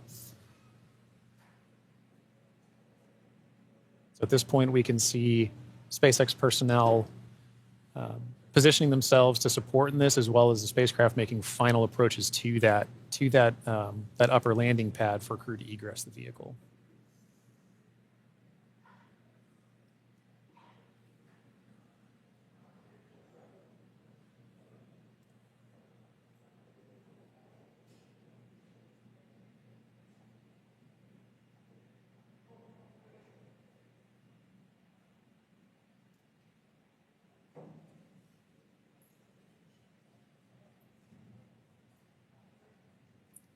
After that freshwater wash down of the hatch area, we're seeing some final wipe downs as well.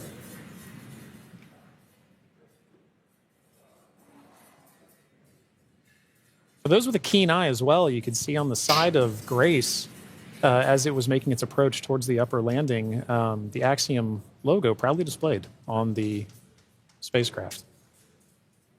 We had some great shots during the docking footage of SpaceX, Axiom, making a beautiful image of the vehicle docked to the International Space Station. It's a little worn. A little toasty. A little toasty. A little toasty. All part of nominal ops, though. 3,500 degrees Fahrenheit That'll will do do that. that.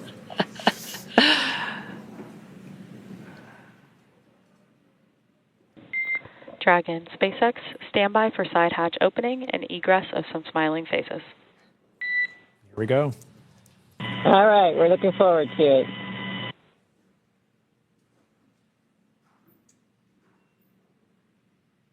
They are just about to open that side hatch. And again, first person that'll greet the crew will be the medical officer.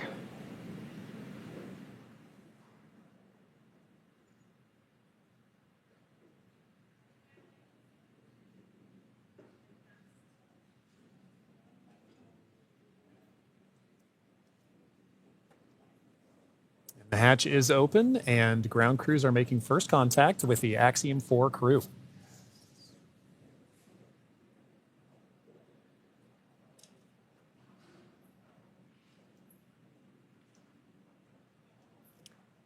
And you see that square looking tool, that's just a protector for the hatch seal for while the crew egresses.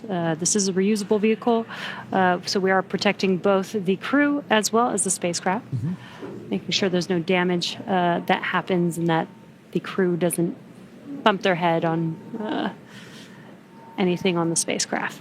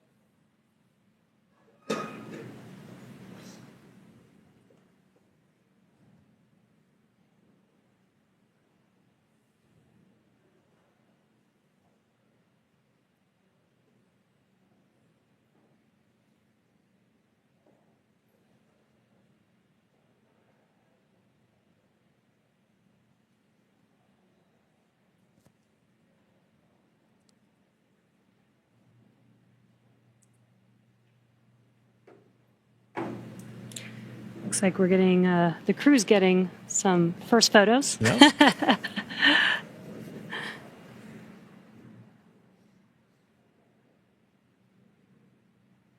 a good sign that they had good initial comms with medical personnel. So this time we are now just, if you're just joining us, we're waiting for the AX4 crew to egress or exit the Dragon spacecraft, also known as Grace, as part of the conclusion of their more than 20-day mission to the International Space Station.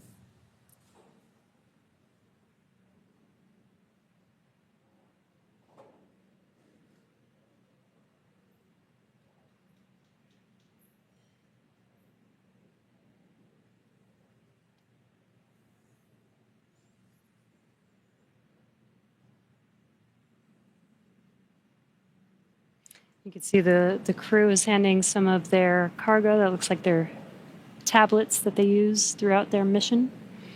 Making it a little easier for crew to make their way out of the spacecraft as well.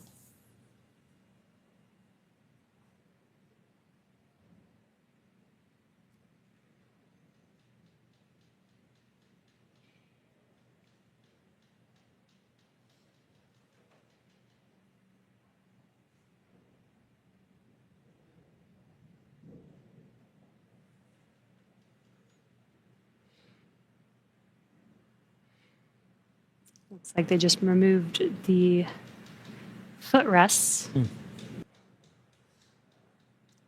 Gives the crew some space to get out of their seats while they are exiting the vehicle.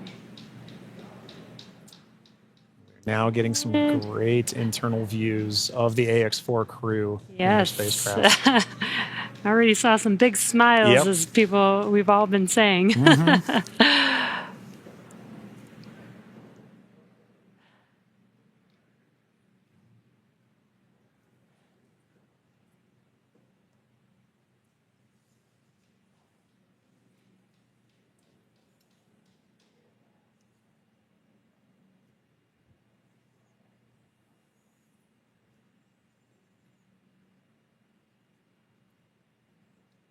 As we wait for the AX-4 crew to egress the vehicle, you can see ground crew is still putting in aspects of I'm not going to call it rigging, but hardware to help the crew get out of the spacecraft more easily. Reminder that they've been in microgravity for a little over 20 days, and occasionally your first few steps back on Earth can be slightly challenging. It's a little different in microgravity than dealing with the gravity here on Earth.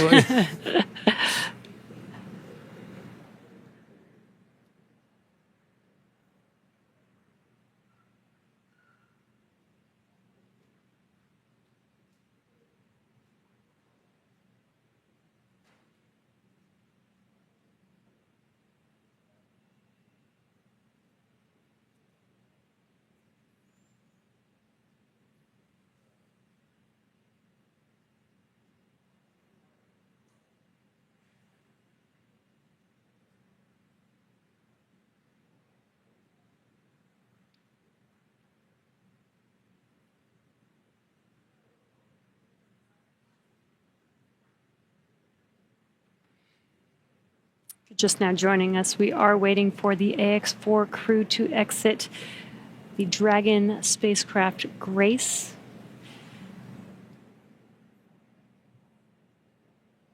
Peggy, Shooks, Suave, and Tibor are at the end of their Axiom Mission 4. After 20 days in space, 18 on board the International Space Station. 18 days.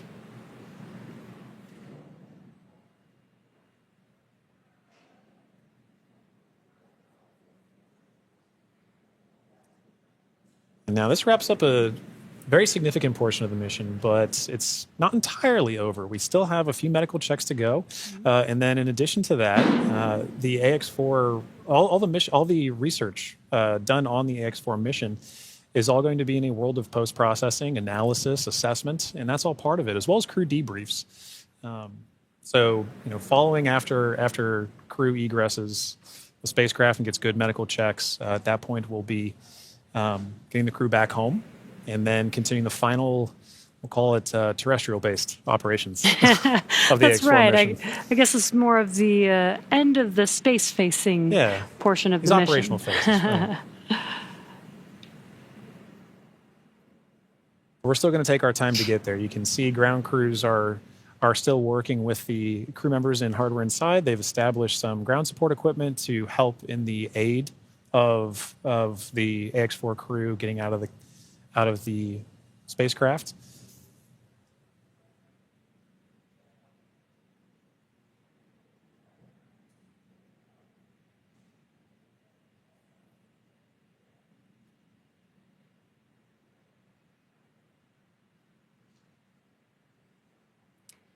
And some of their aids are not too complex. That white platform that you see there is essentially a slide. Yeah. But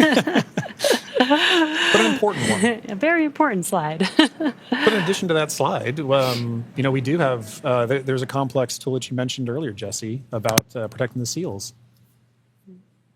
We can see now crew looking to make, the first crew members looking to make their egress from spacecraft along that slide. Sliding out.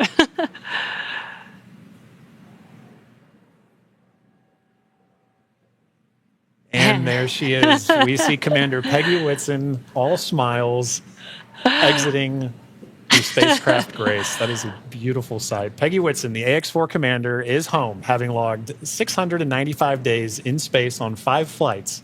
She is the 7th on the all-time list for most days in space by a human. It's an incredible feat. Legendary.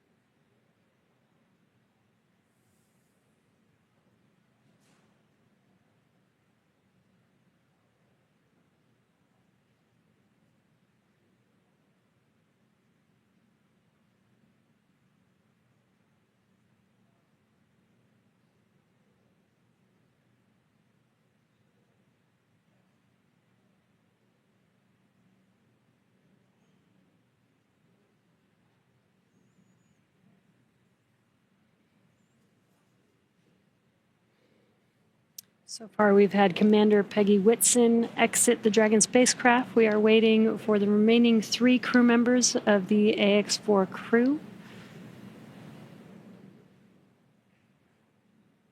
There's no real order to the egress. It's really up to the crew.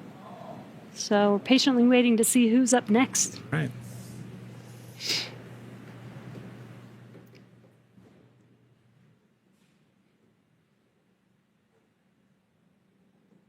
If Peggy is in the indication, which I think she is for this particular crew, we'll see another big smile coming out of the Dragon spacecraft in a moment.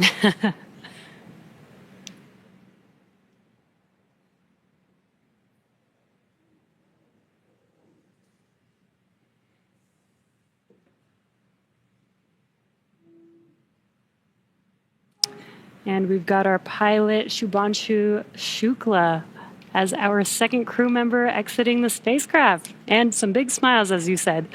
India reached a major milestone for the nation's space exploration goals. AX-4 pilot Shubhanshu Shukla became the first astronaut to fly from the country's newly established astronaut corps. His participation marks a vital step forward for ISRO's Gaganyaan program, which aims to send Indian astronauts into space aboard domestically developed spacecraft.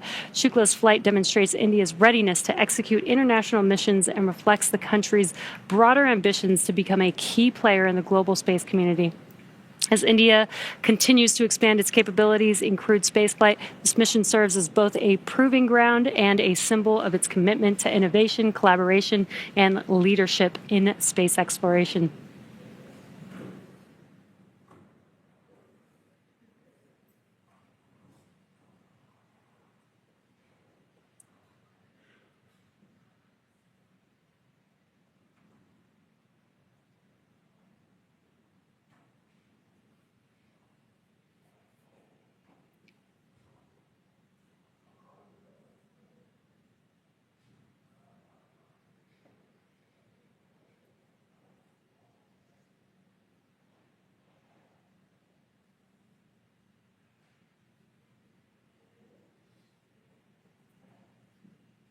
Now, at this time, we are waiting for the mission specialists of the AX-4 mission, Sławomir Uznański-Wiśniewski of Poland and Tibor Kapu of Hungary, to now egress the Dragon spacecraft.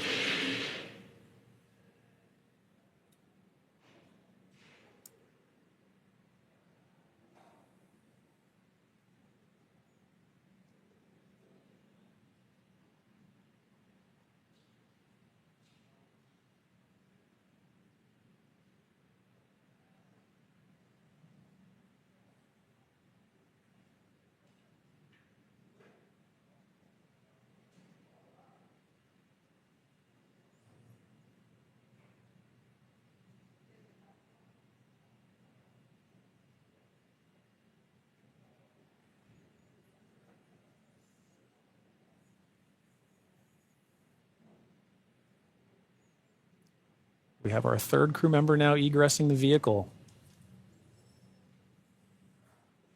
And there is Sławomir Uznański-Wiśniewski of Poland.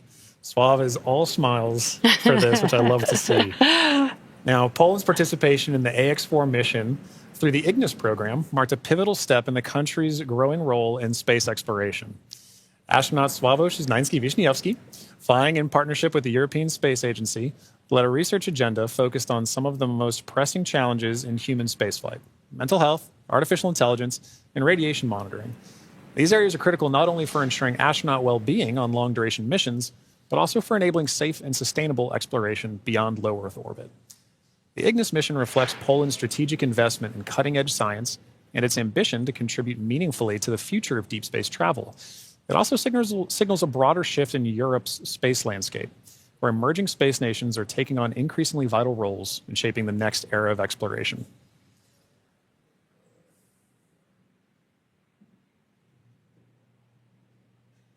And based on that smile, I'd say Suave felt like he had a very successful mission.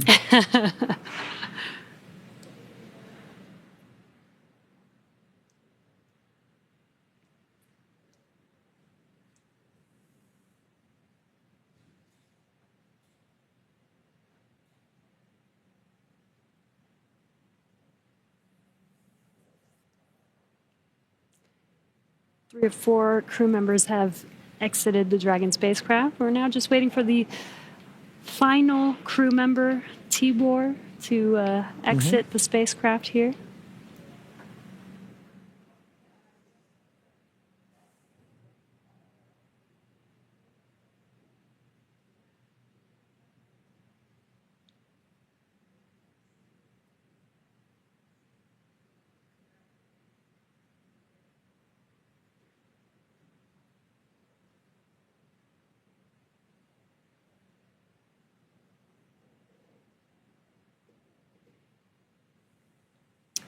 And last but not least, mission specialist Tibor Kapu.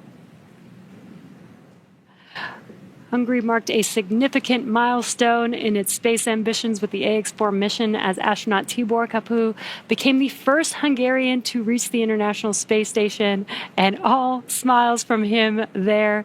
His participation under the banner of the Hunor Hungarian to Orbit program represents Hungary's commitment to advancing its role in international space exploration. This mission signifies the country's return to human spaceflight after decades and highlights its strategic investment in science, technology, and innovation. And Jesse, it was wonderful seeing Tibor's smiles and waves and high fives. You knew how important this mission was to the crew as they were prepping for it and throughout the mission, and seeing them be able to egress with the same smiles that they went into the capsule with, or into the spacecraft with.